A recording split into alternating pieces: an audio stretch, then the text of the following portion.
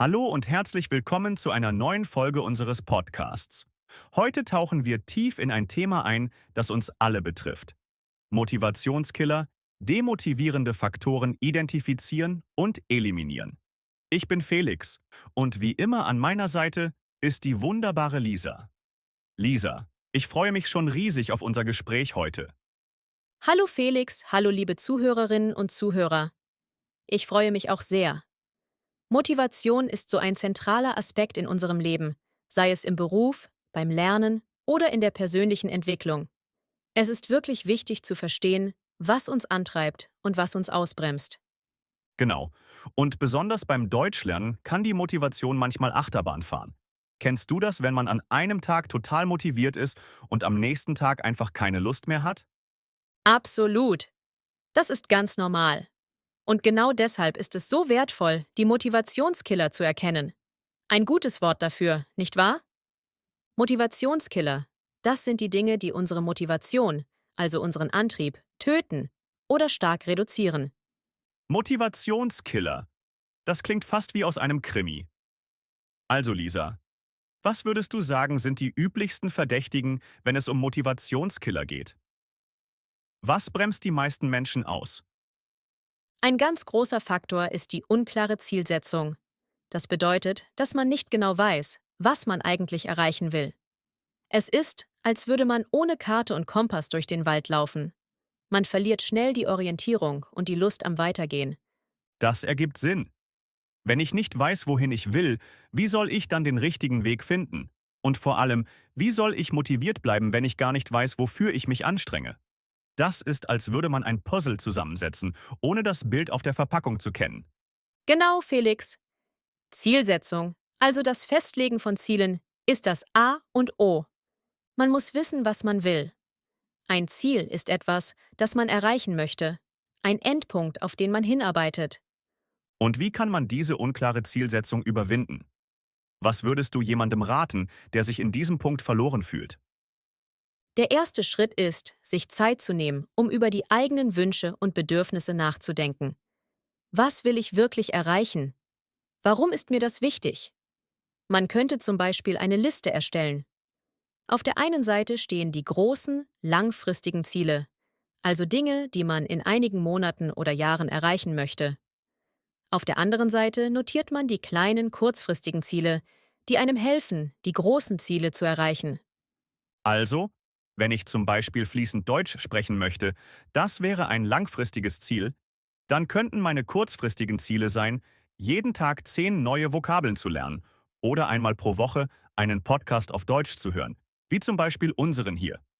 Exakt, Felix. Du hast es erfasst. Ein weiteres Beispiel.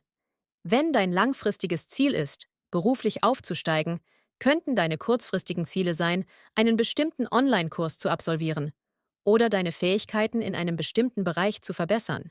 Das klingt nach einem Plan. Aber was ist, wenn ich meine Ziele klar definiert habe und trotzdem die Motivation verliere? Gibt es noch andere Motivationskiller, die lauern? Oh ja, die gibt es. Ein weiterer häufiger Motivationskiller ist die Überforderung. Das passiert, wenn man sich zu viel auf einmal vornimmt. Man hat das Gefühl, unter einem riesigen Berg von Aufgaben begraben zu sein und weiß gar nicht, wo man anfangen soll. Überforderung kenne ich nur zu gut. Manchmal setze ich mir so hohe Ziele, dass ich schon beim Gedanken daran erschöpft bin.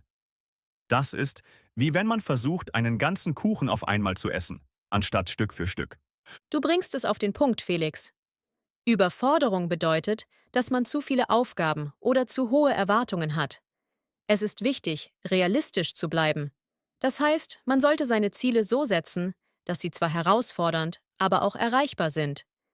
Wie kann man denn diese Überforderung am besten angehen? Ein wichtiger Schritt ist, große Aufgaben in kleinere, handhabbare Teile zu zerlegen. Handhabbar bedeutet, dass man die Aufgaben gut bewältigen kann, dass sie nicht zu groß oder zu schwierig sind. Das erinnert mich an das Sprichwort, wie isst man einen Elefanten? Stück für Stück. Genau. Anstatt zu versuchen, alles auf einmal zu machen, konzentriert man sich auf einen kleinen Schritt nach dem anderen. Und es ist auch wichtig, Prioritäten zu setzen. Prioritäten sind die Dinge, die am wichtigsten sind und die man zuerst erledigen sollte. Das heißt, ich sollte mich fragen, was ist im Moment am wichtigsten? Was bringt mich meinem Ziel am schnellsten näher? Und dann konzentriere ich mich voll und ganz auf diese Aufgabe, ohne mich von anderen Dingen ablenken zu lassen? Richtig. Und vergiss nicht, dir auch mal eine Pause zu gönnen. Pausen sind kurze Erholungsphasen, in denen man sich entspannt und neue Energie tankt. Das klingt logisch. Wenn ich ständig durcharbeite, ohne mir Ruhe zu gönnen, ist es ja klar, dass irgendwann die Motivation flöten geht. Wie bei einem Auto, das ohne Tankstopp fährt, irgendwann ist der Tank leer. Exakt. Pausen sind genauso wichtig wie die Arbeit selbst. Sie helfen uns, regenerieren, das heißt, unsere Kräfte wiederherzustellen. Ein weiterer wichtiger Punkt ist die Ablenkung. Das sind Dinge, die unsere Aufmerksamkeit von unserer eigentlichen Aufgabe abziehen. In der heutigen Zeit sind Smartphones und soziale Medien große Ablenkungsfaktoren. Oh ja, das kenne ich.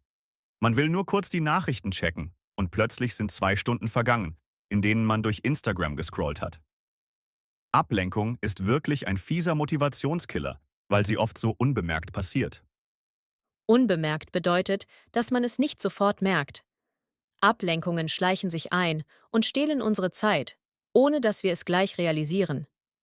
Was kann man gegen Ablenkungen tun? Gibt es da effektive Strategien? Eine bewährte Methode ist, sich feste Zeiten zu setzen, in denen man sich nur auf eine Aufgabe konzentriert, ohne jegliche Ablenkung. Man könnte zum Beispiel das Handy in einen anderen Raum legen oder Benachrichtigungen ausschalten. Das klingt nach einer guten Idee. So schafft man sich einen ablenkungsfreien Raum, in dem man sich voll und ganz auf die jeweilige Aufgabe konzentrieren kann. Richtig. Und es ist auch hilfreich, den Arbeitsplatz aufzuräumen und zu organisieren. Ein ordentlicher Schreibtisch kann Wunder wirken für die Konzentration. Ein weiterer Faktor, der oft unterschätzt wird, ist der Mangel an Selbstvertrauen. Mangel an Selbstvertrauen. Was genau meinst du damit? Damit meine ich, dass man nicht an sich selbst und seine Fähigkeiten glaubt. Man zweifelt ständig daran, ob man gut genug ist oder ob man die Aufgabe überhaupt bewältigen kann. Diese negativen Gedanken können sehr demotivierend sein. Das stimmt. Wenn ich mir ständig einrede, dass ich etwas nicht kann, dann verliere ich ja schon den Mut, bevor ich überhaupt angefangen habe. Es ist, als würde man sich selbst ein Bein stellen. Ganz genau. Selbstvertrauen ist der Glaube an die eigenen Fähigkeiten. Es ist wichtig, sich auf die eigenen Stärken zu konzentrieren und sich an vergangene Erfolge zu erinnern. Also, anstatt zu denken, ich kann das nicht, sollte ich mir sagen, ich habe schon so viel geschafft, das schaffe ich auch. Exakt, Felix. Und es kann auch helfen, sich mit Menschen zu umgeben, die einen unterstützen und an einen glauben. Ein gutes Unterstützungsnetzwerk, also Menschen, die einem helfen und einen ermutigen, kann sehr wertvoll sein. Das heißt, Freunde, Familie oder Kollegen, die einem den Rücken stärken und einem Mut machen, wenn man selbst zweifelt? Richtig. Und manchmal kann es auch hilfreich sein, sich professionelle Hilfe zu suchen, zum Beispiel bei einem Coach oder Therapeuten, wenn man merkt, dass man alleine nicht weiterkommt. Das sind wirklich wertvolle Tipps, Lisa. Gibt es noch einen letzten Motivationskiller, den wir besprechen sollten? Ja, einen habe ich noch: die fehlende Belohnung. Wenn man hart arbeitet und keine Anerkennung oder Belohnung dafür bekommt, kann das sehr frustrierend sein und die Motivation stark mindern. Das leuchtet ein. Es ist ja wie bei einem Spiel. Wenn es keine Punkte oder kein Feedback gibt, macht es irgendwann keinen Spaß mehr. Genau. Belohnung muss nicht immer etwas Großes sein. Es kann auch eine kleine Anerkennung sein, ein Lob von anderen oder einfach das gute Gefühl, etwas geschafft zu haben. Also, wenn ich zum Beispiel eine Woche lang jeden Tag Deutsch gelernt habe, könnte ich mich am Wochenende mit einem guten Film belohnen oder mit einem leckeren Essen? Ja, genau. Oder man könnte sich selbst ein kleines Geschenk machen oder etwas unternehmen, was einem Spaß macht. Wichtig ist, dass man die eigenen Erfolge anerkennt und feiert, egal wie klein sie sind. Das ist ein wichtiger Punkt. Man sollte nicht vergessen, sich selbst auf die Schulter zu klopfen und stolz auf das zu sein, was man erreicht hat. Absolut. Zusammenfassend lässt sich sagen, dass es viele verschiedene Motivationskiller gibt, aber es gibt auch viele Strategien, um sie zu überwinden. Wichtig ist, sich selbst gut zu kennen, seine Ziele klar zu definieren und sich nicht von Rückschlägen entmutigen zu lassen. Und man sollte nicht vergessen, dass es ganz normal ist, dass die Motivation mal schwankt. Es ist ein ständiges Auf und Ab und das ist völlig in Ordnung. Ganz genau, Felix. Und beim Deutschlernen ist es genauso. Es wird Tage geben, an denen alles wie von selbst läuft und Tage, an denen man sich durchkämpfen muss. Wichtig ist, dran zu bleiben und nicht aufzugeben. Jeder kleine Fortschritt zählt. Das hast du schön gesagt, Lisa. Vielen Dank für die vielen hilfreichen Tipps und die interessanten Einblicke in die Welt der Motivation. Ich habe heute nicht nur viel über Motivation gelernt, sondern auch wieder viele neue deutsche Wörter und Ausdrücke. Sehr gerne, Felix.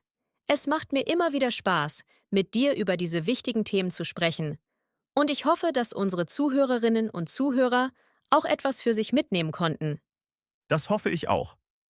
Und denkt daran, liebe Zuhörerinnen und Zuhörer, ihr seid nicht allein auf eurem Weg. Wir sind alle zusammen hier, um uns gegenseitig zu unterstützen und zu motivieren. In der nächsten Episode wartet ein sehr interessantes Thema auf euch. Da werdet ihr die Möglichkeit haben, viele interessante und verschiedene Vokabeln zu lernen und natürlich auch gleichzeitig euer Deutsch zu verbessern. Ich freue mich schon sehr darauf. Seid gespannt.